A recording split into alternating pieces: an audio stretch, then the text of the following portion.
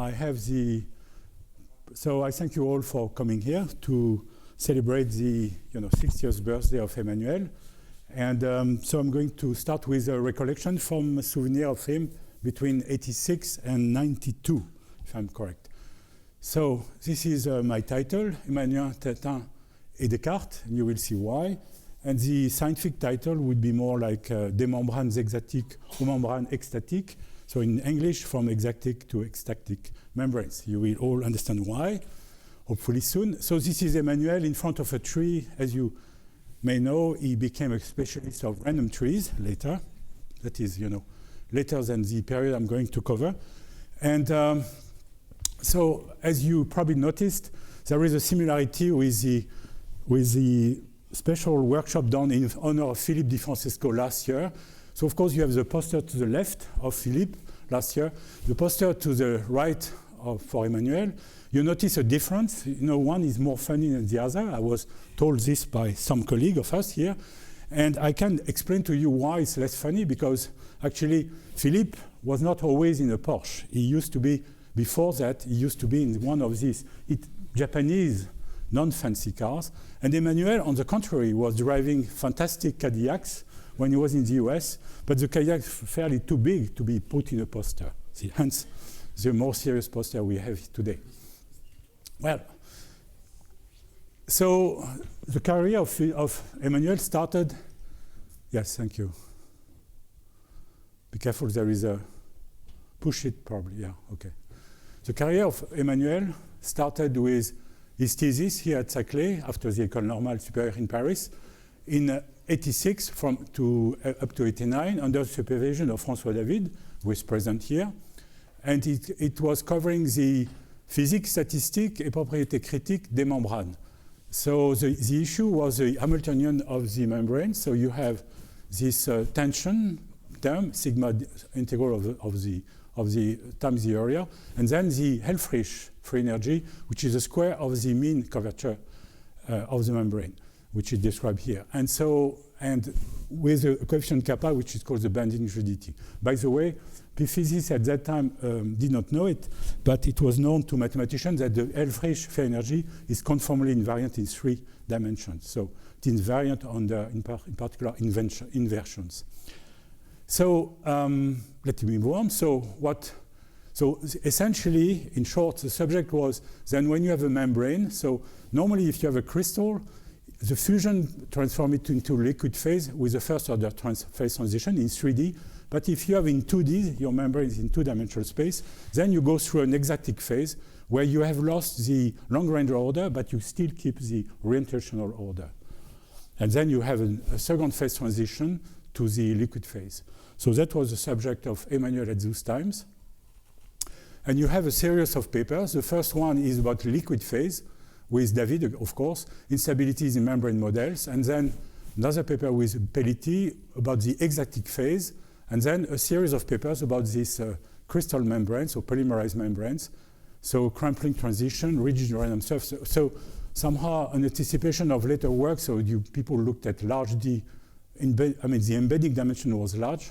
So it was one of the studies at that time. And then you have these papers with David, with Leibler, Pelletier, and about the polymerized membranes. And then you have at the end, this paper with Max also about the Monte Carlo study. So all of this work was somehow linked with his thesis, and it covers from 87 to 89, which is exactly the time of his thesis. Next, you have my encounter with Emmanuel. So of course we were in the same lab, but I really did not know him well. But I started to become friends with him in Jerusalem at the occasion of this winter school, which was statistical mechanics of membranes and surfaces in December 87. So Emmanuel was there for 1 year in the lab. And we shared a common love of Tintin. So we went on an excursion in Jerusalem and looked for books, and Emmanuel bought this special issue of Tintin. So for people who are versed in the Tintinophilie, do you see something special compared to the edition you know?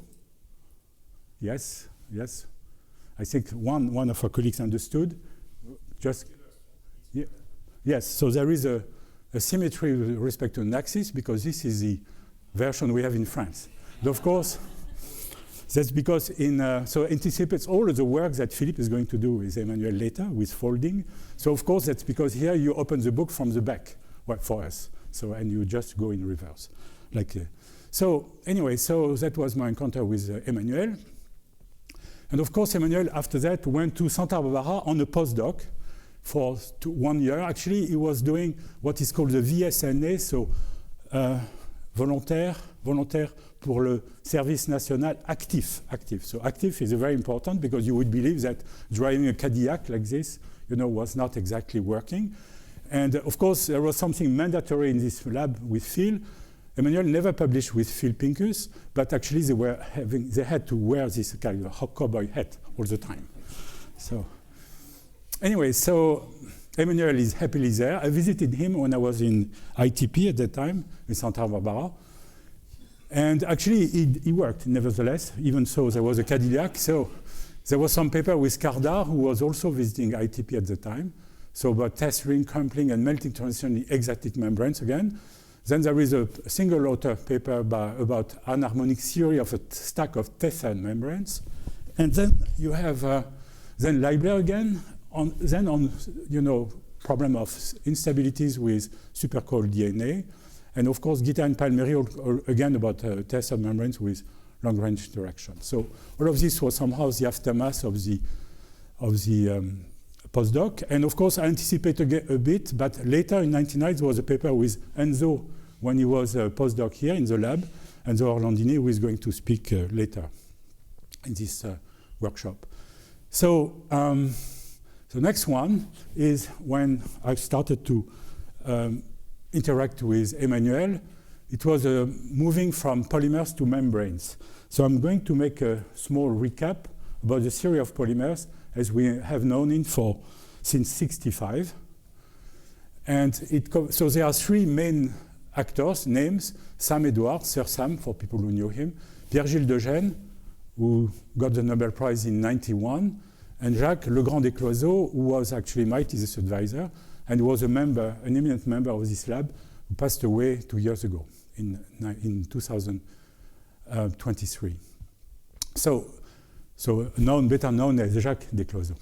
So the Edwards model is this Hamiltonian here, you have here, which is made of a first term, which is just the square of the derivative. So you have a position of your polymer in space, respect to some origin, of S. S is the abscissa along the chain. And so you have the square of the derivative integrated over along the chain. Capital S is the length, the total length of the chain here. And so if you take the exponential of minus h, this is actually what is called the Wiener measure for mathematicians. This is a way we write it for writing path integrals, but in mathematics that would be the Wiener measure, the exponential of minus this kinetic term. And then you have the new interaction term, which is the integral with the coefficient b, integral along the path, two times along the path of the chain, the molecule, and then you measure the contact of the chain with itself. The reason that when you, of course, you put this in a Gibbs weight, so exponential minus h or beta h, and when you do this, you somehow weight negatively the contact of the chain with itself because you want this Hamiltonian to describe excluded volume. Of course, actually in physics, not the fact that the atoms are close together which recreates the excluded volume, that's the fact that you're in a good solvent. And the solvent being good, it wants to be in contact with the chain, hence kind of repulsion, pseudo-repulsion between parts of the chain. So anyway, this is the model invented by Edwards in '65, so 60 years ago. And the key thing so de Gennes, in a way, wanted to understand critical phenomena at that time, around the early 70s. And he thought that the polymer problem was in the same class, and understanding the polymers would give access to the study of critical phenomena in general. That's exactly the opposite which happened, because in '72, actually, de Gennes understood there was this famous paper by Wilson and Fisher about critical phenomena in 3.99 dimensions, just small shift from 4. And de Gennes, and so there was this first paper with Wilson, and then there was Wilson and Fisher, and then there was a second paper by Wilson when he calculated all the exponents to second order in epsilon, where epsilon is 4 minus d, d being the embedded dimension slightly less than 4. and to second order, and did it for the ON model. So field theory where the interaction is phi square with n components to the square, phi 4. And suddenly De Gennes, who was doing winter sport in France, realized that with that paper, he could have the n equals 0 limit for the n number of components was giving non-trivial exponents. So he understood that it was a case of polymers. So he rushed back to Paris, and in the winter of 71, and wrote his paper, which he published in Physics Letters A. He published in Physics Letters A because he knew there would be no problem like PRLs, publishing in PRL with the referees. So he wanted to have a quick fix. He understood it was very important.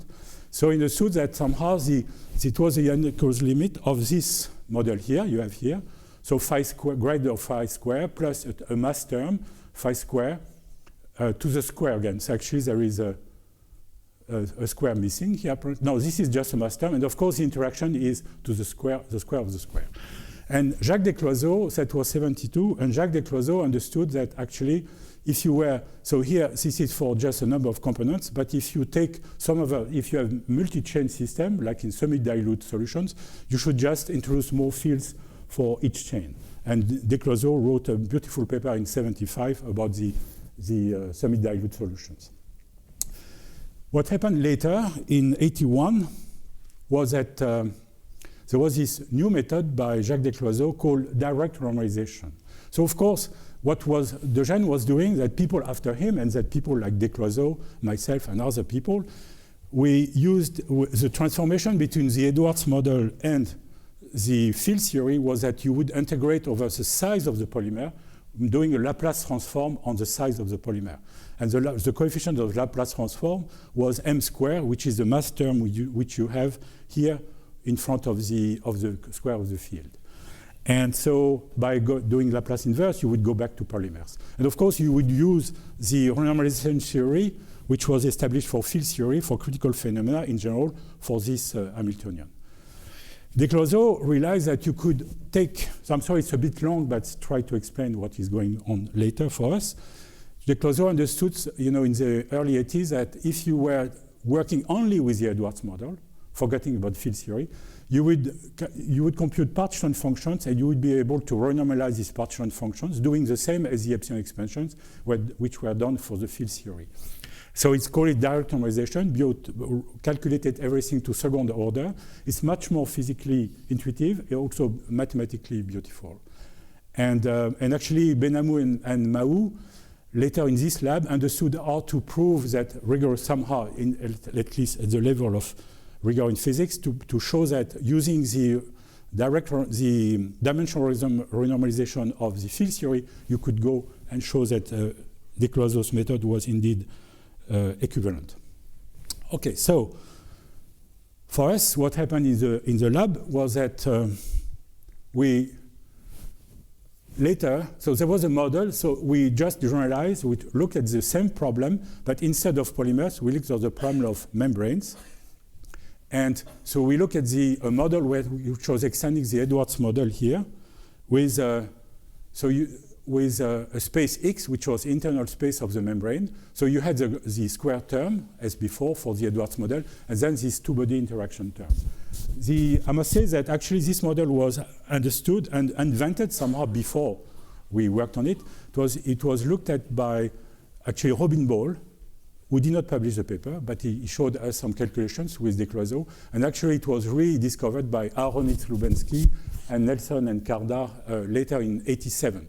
So in 92, we started working on it to try to look at the mathematics of this model. But actually, the Edwards model itself was a bit too complicated. By the way, I should say that, of course, the internal dimension, the polymer is a one-dimensional space embedded in little d dimensional space. And here we had the internal dimension of the membrane, which was capital D, which is between 0 and 2. So of course, there is only capital D equal 1, which is the polar case. The rest is just continuous extension. And there is an upper critical dimension, and there is an epsilon expansion, like in the field theory, where epsilon is 2d capital D minus nu d, where nu is just the bare scaling exponent of membranes, and you do all the membrane scales with the size in space, scales with the internal size. And so this, for instance, for d equal 1, you get 1/2, which is a well-known exponent of Brownian motion. Well, this was a bit complicated to start with. So of course, you see it was contact between points in the membrane, so a bit like the drawing, the picture, the cartoon on the right over there. So we looked first at this pointwise interaction that I considered before. And so where you just look at the interaction of your membrane with an impurity, which is, for instance, located at the origin, this red point here. And so your membrane, tested membrane, is just interacting by contact. If B is negative, it's just a pinning to a point, and if B is positive, just a repulsion. And then again, you have a upper critical dimension, which is given by this combination where epsilon is equal to 0. And so you would like to do an epsilon expansion with epsilon positive. So of course, you can also, if you use transverse coordinates, you can extend this model to the interaction of a membrane with a Euclidean element like a plane or something else, or rod, because you just by projecting into the orthogonal space, you go back to the first model. So anyway, we looked at this with François David and Emmanuel Guiter, and we, sorry, it was not. So we published these papers in '93, working in '92 about this. So which was a renormalization theory of interacting crumpled manifold. I think I lost my green stuff. Well, anyway, so you have this paper, which is a long paper, like more than 100 pages, and then a short one in Physical Review Letters, where we dealt with this single impurity model and proved the renormalizability of the, yeah, I know, I tried that, sorry, 2 times, I know.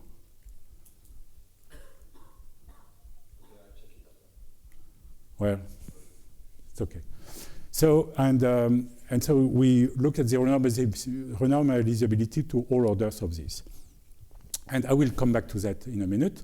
And later, we looked at the case of self-folding manifolds, where we have this PRL again in '93 or '94, and then a longer paper, which you can find on the archive. And it was a complicated model. So now you have, you know, these links here represent two-body interactions, the delta interactions within the membranes. And you can see that since you move these interactions in your field, in your space, which of course is between 0 and 2 in terms of dimension, but mentally you imagine that you move on the surface of a membrane. So clearly there is only one diagram to each order. It's a bit like string theory. While when you go back to D equal 1, you have all the Feynman diagrams because of the topology of the links which are supposed to take place along a line. So indeed, you should recover D equal 1 from the analytic extension we are going to, and I'm going to explain that in a minute. But anyway, it was one single diagram, and then you have a lot of divergences at short distance given by these kind of diagrams, which you had to reorganize to prove renormalizability to all orders, which we did. And of course, it was complicated, so hence this picture here. And a MOP, which of course is what kind of we introduce this kind of multi-local OPE, where you have to extend, you know, around the local distances here near, you know, all of these set of points, these clusters of points. Okay, and my last slides. So this is to explain the ecstasy of distance geometry. Remember, you have to do geometry in a space whose dimension is non-integer, not necessarily integer, and you would like to understand exactly what you do because you want to do real mathematics with it.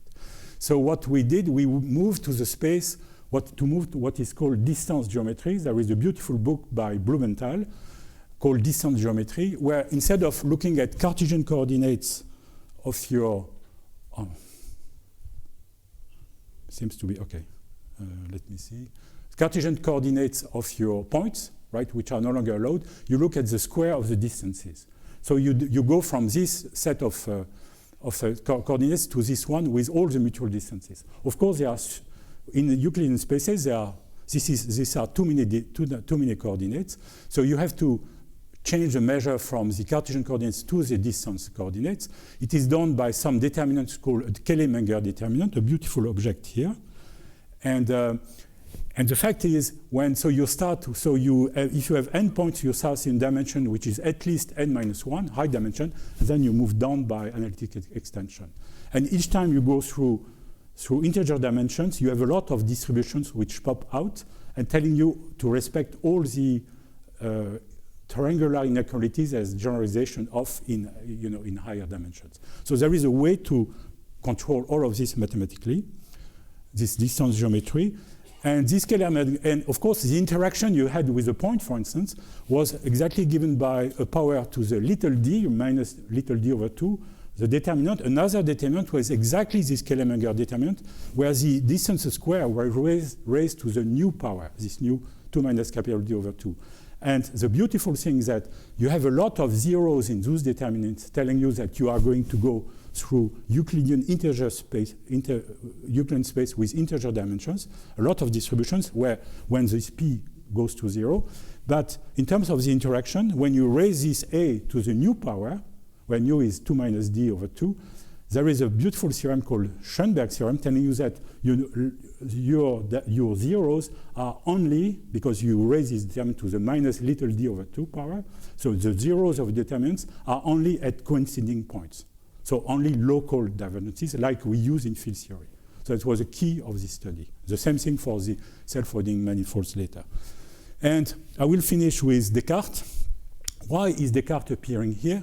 Because that determinant, in the case of 4 points, was actually already calculated by Descartes a long time ago in this letter from Descartes to the Princess Elizabeth de Bohème in 350 years before our work.